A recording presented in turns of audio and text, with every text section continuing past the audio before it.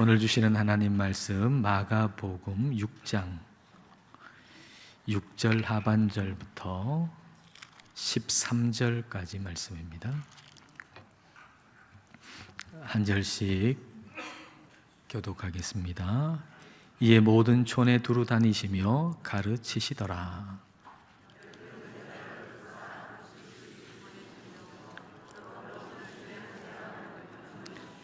명하시되 여행을 위하여 지팡이 외에는 양식이나 배낭이나 전대의 돈이나 아무것도 가지지 말며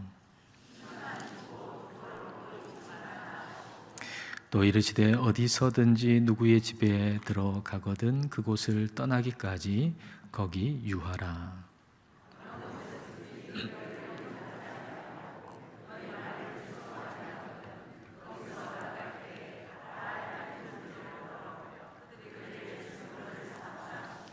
제자들이 나가서 회개하라 전파하고 많은 귀신을 쫓아내며 많은 병자에게 기름을 발라 고치더라. 아멘. 교회를 뜻하는 헬라어 에클레시아는 불러 모은다라고 하는 뜻입니다. 그러니까 교회는 하나님께서 부르신 사람들입니다. 여러분은 하나님께서 부르신 사람들입니다. 하나님의 부르심을 받은 사람은 또한 하나님의 보내심을 받은 사람이기도 합니다. 자, 오늘 보면 7절 말씀 보십시오. 12 제자를 부르사 둘씩 보내시며 더러운 귀신을 제어하는 권능을 주시고, 예수님께서 제자들을 부르셨죠. 그리고 그들에게 권능을 주셔서 보내셨습니다. 둘씩 보내셨습니다. 두 사람이 한 팀이 되어서 나갈 때 가장 중요한 것은 부르신 분이 보내는 곳으로 가야 한다는 것입니다.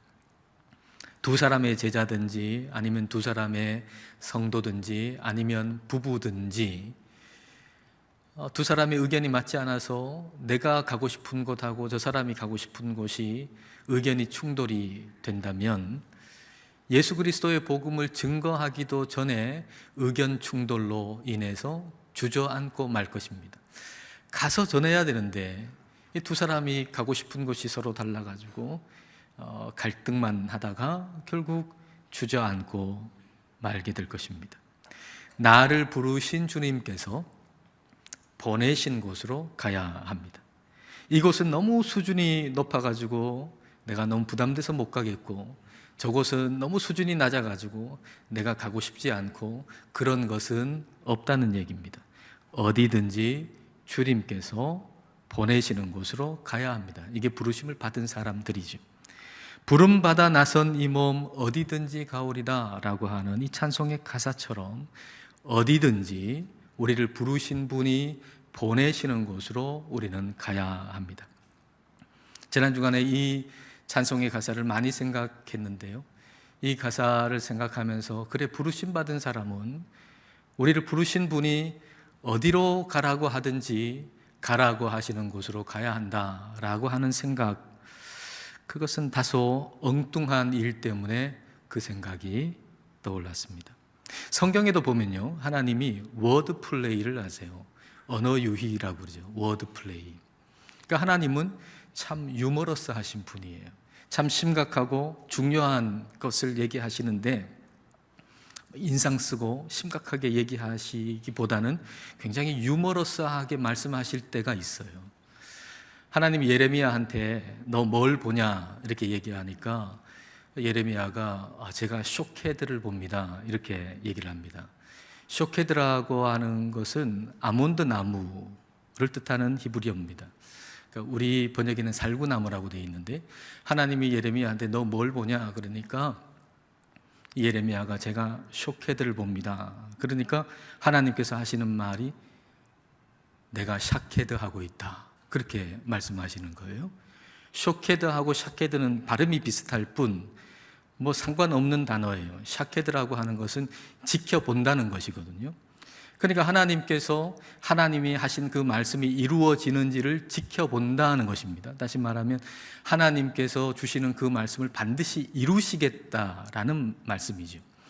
근데 이제 그런 내용을 이제 예레미야한테 내가 너한테 주는 이 말씀, 하나님의 말씀 반드시 이루어진다라고 하는 그 이야기를 하시기 위해서 샤케드라고 하는 이 워드 플레이를 하신 거죠.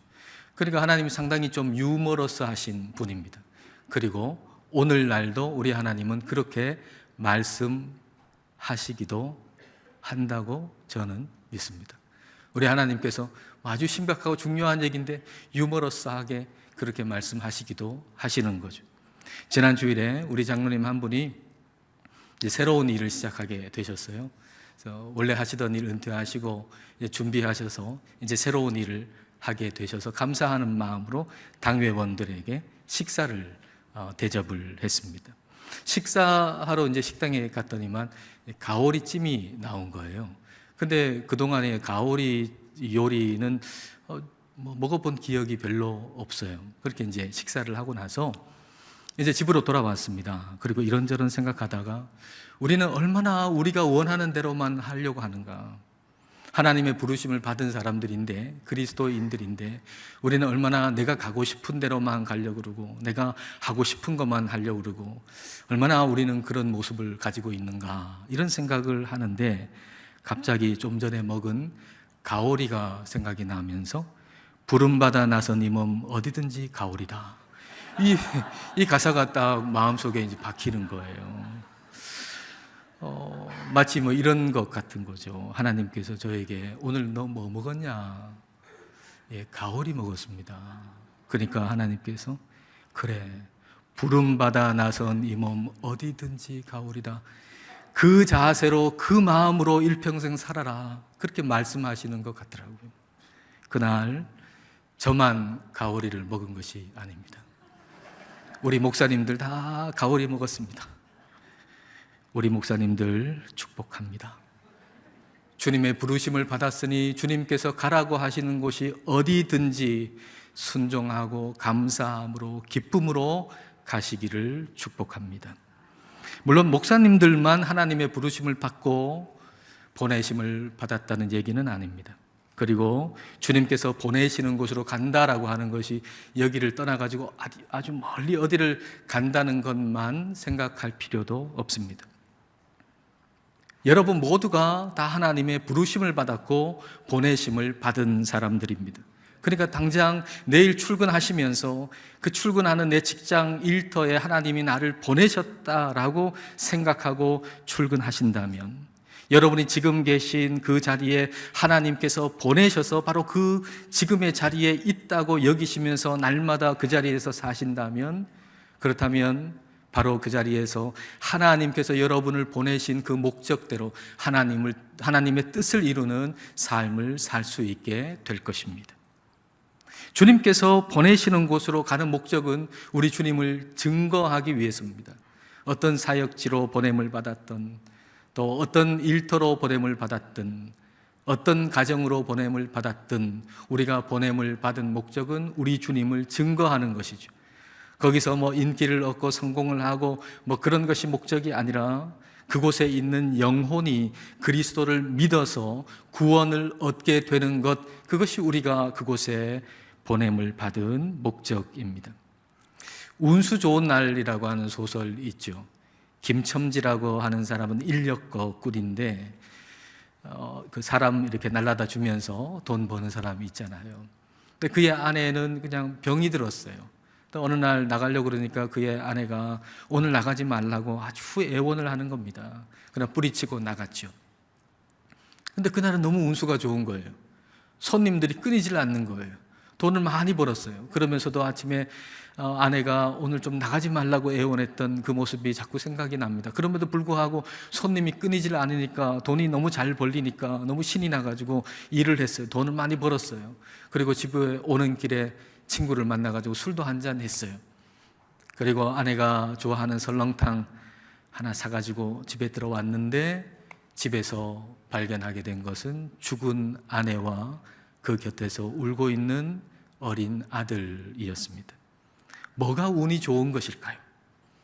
돈이 많이 벌리고 내가 뜻하는 대로 인생이 풀렸다 할지라도 내가 보냄을 받은 가정의 영혼이 시름시름 앓다가 죽으면 무슨 의미가 있겠습니까?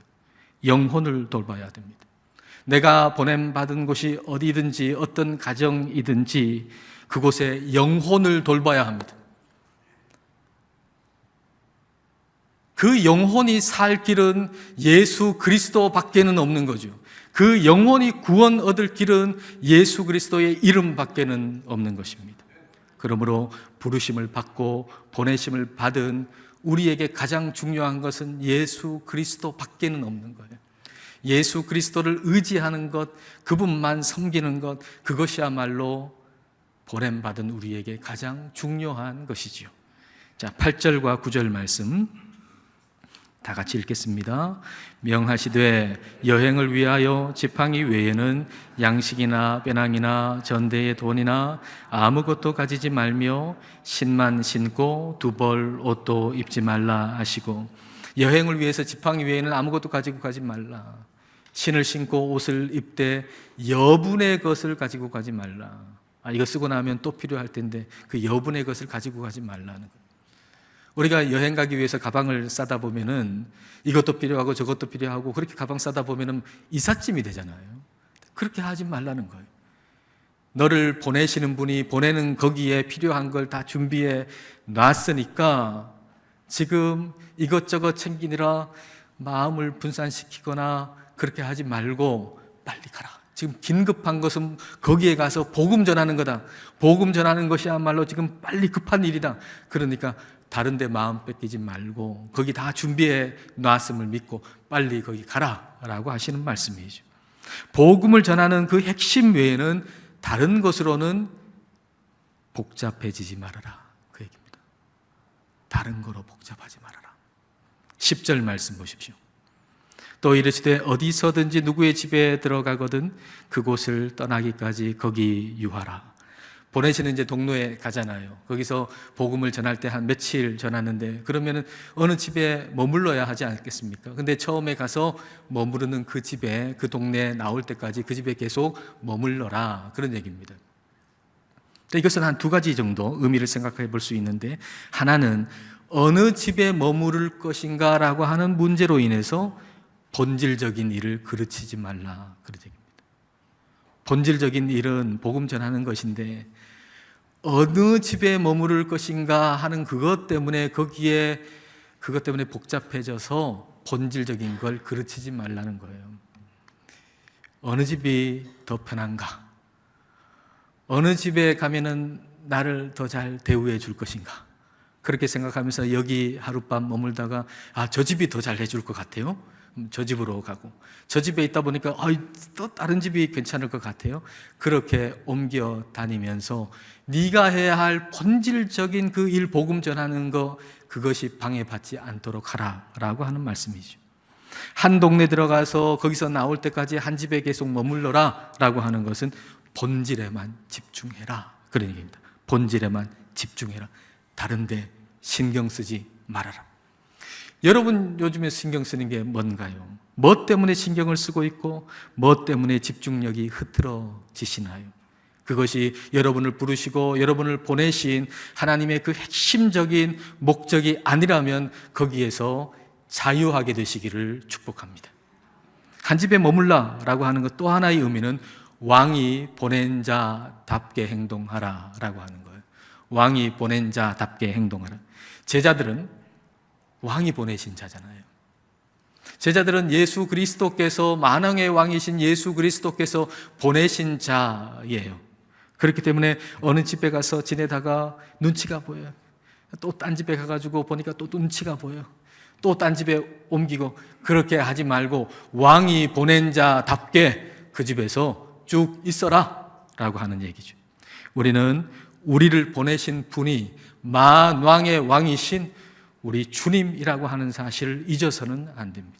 우리가 증거하는 것도 만왕의 왕이신 우리 주님이라고 하는 사실을 우리가 잊어서는 안 됩니다. 그러니까 우리가 아무리 초라하게 보인다 할지라도, 우리가 아무것도 아닌 것처럼 여겨진다 할지라도 여러분, 우리는 주눅 들어서는 안 됩니다. 그러니까 어떤 상황에서도 당당해야 됩니다. 여러분, 당당해야 돼요. 그 이유는 어디 있어요? 내 직업에 있는 것도 아니고 내가 가진 소유에 있는 것도 아니고 나를 부르시고 나를 보내신 분이 만왕의 왕이신 우리 하나님이라는 데 이유가 있는 것입니다. 우리는 거기서 그 이유 때문에 당당해야 합니다. 11절 말씀, 자, 우리 다 같이 읽겠습니다. 어느 곳에서든지 너희를 영접하지 아니하고 너희 말을 듣지도 아니하거든 거기서 나갈 때에 발 아래 먼지를 떨어버려 그들에게 증거를 삼으라 하시니, 복음을 받아들이지 않고 거절하면 그 동네 나오면서 발에 묻은 그 동네의 흙을 떨어버려라 라고 하는 거죠. 그 당시 유대인들은 유대인이 아닌 이방인 지역을 이렇게 지나가서 이 이방인 땅에 묻은 발에 흙이 있지 않겠습니까? 거기 나올 때 그 흙을 발에서 떨어버린 거죠. 그런 것처럼 제자들이 복음을 어떤 동네에, 지금 유대인 동네에 복음을 전하는 겁니다. 유대인 동네에 복음을 전하다가 거기서 거절해요, 그 복음을. 그러면 그 동네에서 나오면서 발에 있는 먼지를 떨어버려라. 다시 말하면 그 행동을 통해서 경고하는 거죠. 너희들이 지금 유대인이지만, 하나님을 지금 믿는다고 하지만 너희의 영적 실상은 이방인과 다를 바 없다라고 하는 사실을 경고하는 것이죠. 그들이 돌이켜야만 할 사람이라고 하는 걸 경고하는 것이죠. 이것은 복음을 거절하는 이들로 인해서 복음의 존귀함과 복음의 값어치가 결코 떨어지지 않는다는 걸 말씀해 주시는 것이기도 합니다. 그러니까 복음을 증거하는 사람은 싸구려 물건 파는 사람처럼 해서는 안 된다는 거예요. 아주 헐값의 물건을 파는데 안 사니까 더 값을 깎아줘가지고 안 그래도 헐값인데 더 헐값으로 파는 그런 사람처럼 하지 말라는 거예요. 우리가 복음을 증거하는데 이 복음이 무슨 헐값인 것처럼 그런 마음으로 전하지 말라는 거죠. 우리가 가진 이 복음, 우리가 증거하는 이 예수 그리스도의 복음은 너무나도 값진 것이고 사람들의 반응에 따라서 값어치가 달라지는 게 아니에요. 사람들이 좋아하면 값이 올라가고 사람들이 싫어하면 값이 내려가고 아니에요. 우리 예수 그리스도의 복음의 가치는 사람들의 반응에 있지 않아요. 그리고 복음을 증거하는 사람의 가치도 누가 그걸 거절한다고 해가지고 그 사람의 가치도 떨어지지 않아요. 여러분이 복음을 증거하다가 거절을 당할 때 여러분의 가치는 조금 더 떨어지지 않습니다. 예수님은 고향 사람들을 가르쳤는데 배척당했잖아요. 예수님께서 거절을 당하셨을 때 예수님께서 자기 자신을 비하하지 않으셨어요. 가르치는 그것이 아무 의미도 없다고, 가치도 없다고 생각한 것이 아니에요. 사람들이 이 가르침을 받아들이지 않으니까 이 가르침은 별 가치가 없는가 보다, 그렇게 생각하시지 않으셨다는 것입니다. 예수님은 그 가르침을 계속해서 진행하시죠. 계속 가르치시죠. 6절 하반절 보십시오. 이에 모든 촌에 두루 다니시며 가르치시더라. 예수님께서 거절을 당하셨을 때 그 가르침을 포기한 게 아니고 또 다른 동네에 가셔가지고는 그 가르침을 계속해서 이어가셨다는 것입니다. 아마 그 고향 동네에 나오시면서 발에 먼지를 떨어버리셨을지도 모르죠. 근데 그것은 자신을 거절한 사람을 거절하거나 포기했다는 얘기가 결코 아닙니다. 여러분, 우리는 그렇잖아요. 우리는 누가 나를 거절하면 나도 그 사람을 거절하고 싶죠. 누가 나를 배척하면 나도 그 사람을 배척하지요. 그러면서 하는 일이 뭡니까? 그 현재의 모습에 그 사람을 가두어서 미래의 문까지 닫아버리잖아요. 현재 네가 나한테 하는 걸 보니까 너는 영 글럽다 하고 그 사람의 미래를 닫아버리잖아요. 그런데 예수님은 그러시지 않으셨다는 거예요. 고향 사람들만 아니고 그의 아우들도 예수님을 거절했죠. 그러나 예수님께서 그 모습을 보고 너의 현재의 모습이 그러니 너의 미래도 가망이 없다라고 하시지 않으셨다는 거죠. 너의 현재의 모습을 보니까 너희들은 영원히 믿음을 가질 자격이 없는 사람이다 라고 하시지 않으셨다는 거예요. 여전히 현재의 모습은 예수님을 거절했지만 그러나 미래의 문은 여전히 예수님께서 열어두셨다는 것입니다. 자, 그 결과가 사도행전 1장에 보면 나오는데요. 사도행전 1장 14절 15절입니다. 여자들과 예수의 어머니 마리아와 그 다음 누가 있습니까? 예수의 아우들과 더불어 마음을 같이 하여 오로지 기도에 힘쓰더라. 모인 무리의 수가 약 120명이나 되더라. 마가의 다락방에서 성령을 기다리고 성령을 받았던 그 120명의 사람들 가운데 예수님을 배척했던 예수님의 아우들도 거기에 있었다는 것입니다. 그러니까 그들이 변화됐다는 것이죠. 전혀 변화될 것 같지 않은 그 사람들이 변화되었다는 것입니다. 여러분, 여러분의 자녀들이나 여러분 가까이 있는 사람들을 볼 때 여러분 마음 어떻습니까? 참 마음 안 들 때 있죠. 여러분 가까이 있는 자녀들 생각할 때 다 마음에 드십니까? 참 마음에 안 드는 부분 있잖아요. 여러분 가까이 있는 사람들 볼 때 참 마음에 안 들 그런 모습이 있잖아요. 그럴 때 현재라는 감옥에 가두어서 미래를 삭제하지 말아야 한다는 거죠. 우리는요 그래요. 현재의 모습을 보고서 현재에 딱 감옥에 가두어서 네가 현재의 모습이 이러니 너의 미래는 가능성이 없다라고 미래를 삭제해버린단 말이죠. 지금 네 꼴이 이러니까 넌 앞으로도 글렀다라고 우리는 생각해서는 안 됩니다. 지금은 그래도 지금은 그 모양 그 꼴이어도 회개하면 달라진다는 것이죠. 지금은 형편없이 보여도 아무것도 아닌 것처럼 보여도 그 사람이 회개하면 달라지는 것입니다. 복음을 거절한 동네에서 나올 때 발에 먼지를 털어버렸다라고 하는 것은 그들의 가능성을 닫아버렸다라고 하는 것이 아니고 증거를 삼았다는 거죠. 뭐가 증거죠? 그 흙이 증거죠. 발에 먼지를 털어버렸잖아요. 거기 먼지가 쌓일 거 아닙니까? 흙이 쌓일 거 아닙니까? 그게 증거죠. 그 흙을 보고 내 존재가 그 흙으로 돌아갈 것을 생각하면서 내가 하나님께 돌이켜야 할 존재, 회개해야 할 존재라고 하는 것을 알게 하시는 거죠. 보내심을 받은 자의 목적은 보내심을 받은 곳에 있는 그 사람들로 하여금 하나님께로 돌이키게 하는 거예요. 하나님께 회개하게 하는 것이죠. 자, 12절 말씀 보십시오. 제자들이 나가서 뭐라고 전파했습니까? 회개하라, 회개하라 전파하고. 제자들이 전파한 것은요, 회개하라는 것이었어요. 회개하라. 그런데 회개하라고 전파하는 그 사람들이 우월감으로 회개하라고 전파할 수 있겠습니까? 야, 너보다 내가 나아. 그러니까 너보다 나은 내가 한마디 할 테니까 너 잘 들어. 빨리 회개하는 것이 네 신상에 좋아. 뭐 그런 태도로 회개하라라고 말할 수는 없다는 것이죠. 왜냐하면 회개하라고 전파하는 사람은 먼저 하나님 앞에서 회개한 자이기 때문입니다. 회개한다는 것은 돌이킨다는 거잖아요. 돌이킨다는 것은 하나님께 돌이킨다는 것이고, 하나님 앞에 설 때 그때 사람이 깨닫는 것은 내가 죄인이라고 하는 사실입니다. 여러분, 우리가 하나님 앞에 설 때 깨닫게 되는 것은 내가 죄인이라는 거예요. 그러니까 우리가 내가 죄인이라고 하는 사실을 망각하고 살아가는 것은 하나님 앞에 지금 서지 않았다는 거예요. 그러니까 우리는 날마다 회개가 필요한 거죠. 날마다 하나님 앞에 서야 되고, 매 순간 하나님 앞에 서야 되고, 그리고 내가 죄인이라고 하는 사실을 날마다 깨달아야 한다는 것입니다. 키가 한 180cm 되는 사람이라 그러면 참 키 큰 사람이죠. 그러니까 조금 작은 사람 앞에서 좀 우쭐할 수 있지 않겠습니까? 조그만 게 까불어 이러면서 말이죠. 그러나 그 180cm 되는 사람이 2m 30cm 되는 사람 앞에 서면 자기가 난장이처럼 여겨질 것입니다. 우리가 아무리 올바른 삶을 살고 바른 삶을 산다고 해도 거룩하신 하나님 앞에 서면 내가 죄인이라는 사실을 깨닫게 되는 거죠. 내 나름대로 괜찮게 살았어요. 그래서 다른 사람 보면 저 형편없게 사는 사람들 이렇게 생각한다면 거룩하신 하나님 앞에 아직 서지 않은 사람이죠.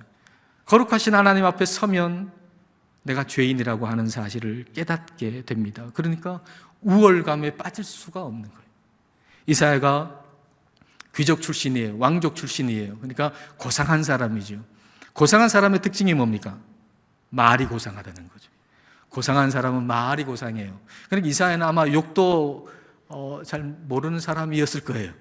근데 하나님께서 부르시고 하나님 앞에 서니까 어떤 고백을 하게 됩니까? 자, 이사야서 6장 5절 말씀 보십시오. 그때 내가 말하되 화로다 나여 망하게 되었도다. 나는 입술이 부정한 사람이요 나는 입술이 부정한 백성 중에 거주하면서 만군의 여호와이신 왕을 배웠음이로다 하였더라. 하나님 앞에 서니까 내 입술이 부정하다는 걸 깨닫는 거예요. 내가 죄인이라는 거죠. 그동안에 욕 한 번 안 했어요. 고상한 말 했어요. 그렇다고 내 입술이 거룩한가? 아니에요. 하나님 앞에 서보니, 거룩하신 하나님 앞에 서보니까 내가 죄인이라고 하는 걸 깨달았어요. 다시 말하면 내 입술로는, 내 고상한 지식으로는, 고상한 내 말로는 하나님의 일을 결코 할 수 없는 사람이라고 하는 것을 깨달았죠. 그래서 하나님께서 제단의 거룩한 숯을 그 입술에 대시잖아요. 그리고 그 입술을 거룩하게 하시죠. 그리고 하나님의 음성을 듣죠. 이사야서 6장 8절 말씀입니다. 내가 또 주의 목소리를 들으니 주께서 이르시되 내가 누구를 보내며 누가 우리를 위하여 갈고 하시니 그때에 내가 이르되. 자, 그 다음 같이 읽어볼까요? 내가 여기 있나이다 나를 보내소서 하였더니. 이사야가 하나님의 부르심을 받고 자기가 죄인이라고 하는 사실을 깨달았고 하나님의 보내심을 받을 때는 거룩한 입술을 가지고 간 것입니다. 자기의 입술을 가지고 간 게 아니고 하나님이 주신 입술을 가지고 간 것입니다. 당장 내일 여러분의 직장에 하나님의 보내심을 받아서 갈 때, 그리고 오늘 여러분의 가정에 가서 하나님이 여러분을 보내신 그 가정에 여러분의 자녀를 만날 때 여러분이 가지고 있는 것으로 만나지 마십시오. 내가 가지고 있는 것, 내가 가진 말, 내가 가진 능력, 그것 가지고 뭘 아무리 해보려 해도 아무런 열매도 없을 겁니다. 내가 어떤 말을 하면은 자녀들이 다 말을 듣고 뭐 될 것 같잖아요. 한마디 뭘 얘기를 하면 뭐 될 것 같잖아요. 안 됩니다. 내 말로는 안 됩니다. 내 실력으로는 안 됩니다. 하나님 앞에 서서 내가 죄인이라고 하는 사실을 깨닫고 내 것 가지고는 아무것도 못합니다. 하나님 것 주십시오 하고 하나님 것을 구해야 됩니다. 그러면 하나님께서 하나님의 것을 주시면 하나님 것 가지고서 우리가 일할 때 그때 능력이 나타나는 거예요. 하나님이 주시는 말씀으로 선언하고 선포하고 하나님이 주시는 권능을 가지고 일할 때 그때 하나님이 주시는 놀라운 열매를 우리는 맺을 수가 있는 것입니다. 우리는 주님의 부르심을 받고 주님께서 주신 것 가지고서 주님께서 보내시는 곳으로 가는 사람들입니다. 하나님의 부르심을 받고 하나님의 보내심을 받은 자로서 살아가는 우리 모두가 되시기를 축복합니다. 기도하시겠습니다. 이 시간 우리 기도하실 때 우리가 하나님의 부르심을 받은 자이고 또 하나님의 보내심을 받은 자임을 기억하면서 기도하십시다. 주님께서 보내실 때에는 어디든지 주님께서 보내시는 곳으로 감사함으로 가기를 기도하십시다. 또 지금 나의 일터, 가정, 지금 있는 곳이 하나님께서 보내신 곳임을 날마다 기억하면서 오늘 여기서 주님께서 나를 보내신 그 목적을 이루며 살기를 이 시간 함께 기도하시겠습니다.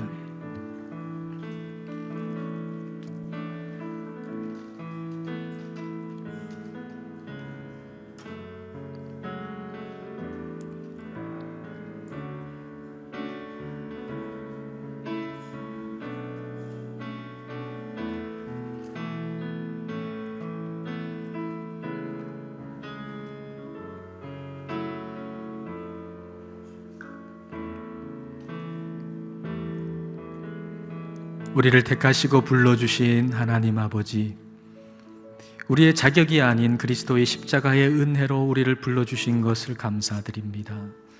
불러주신 은혜를 받은 우리들 이것만 부름받은 자로서 보냄받았다는 것을 잊고 보내신 분의 뜻보다 내 뜻을 고집하며 살곤 합니다. 성령님, 우리들 안에 충만하게 역사하시고 우리를 다스려 주옵소서. 그리하여 우리가 부르심을 받고 보내심을 받은 자임을 기억하며 살게 하옵소서. 어디든지 주님께서 보내시는 곳으로 가게 하옵소서. 또한 지금 있는 일터나 가정이 주님께서 보내신 곳임을 기억하고 보내신 목적이 주님을 증거하는 것임을 알고 보낸 받은 곳에 영혼을 돌보게 하옵소서. 우리를 보내신 곳에 있는 영혼이 그리스도의 복음으로 구원을 얻게 하옵소서. 주님의 부르심을 받은 자로서 내 것이 아닌 주님께서 주신 것을 가지고 주님께서 보내신 곳에서 주님의 뜻을 이루게 하옵소서. 예수님 이름으로 기도드립니다. 아멘.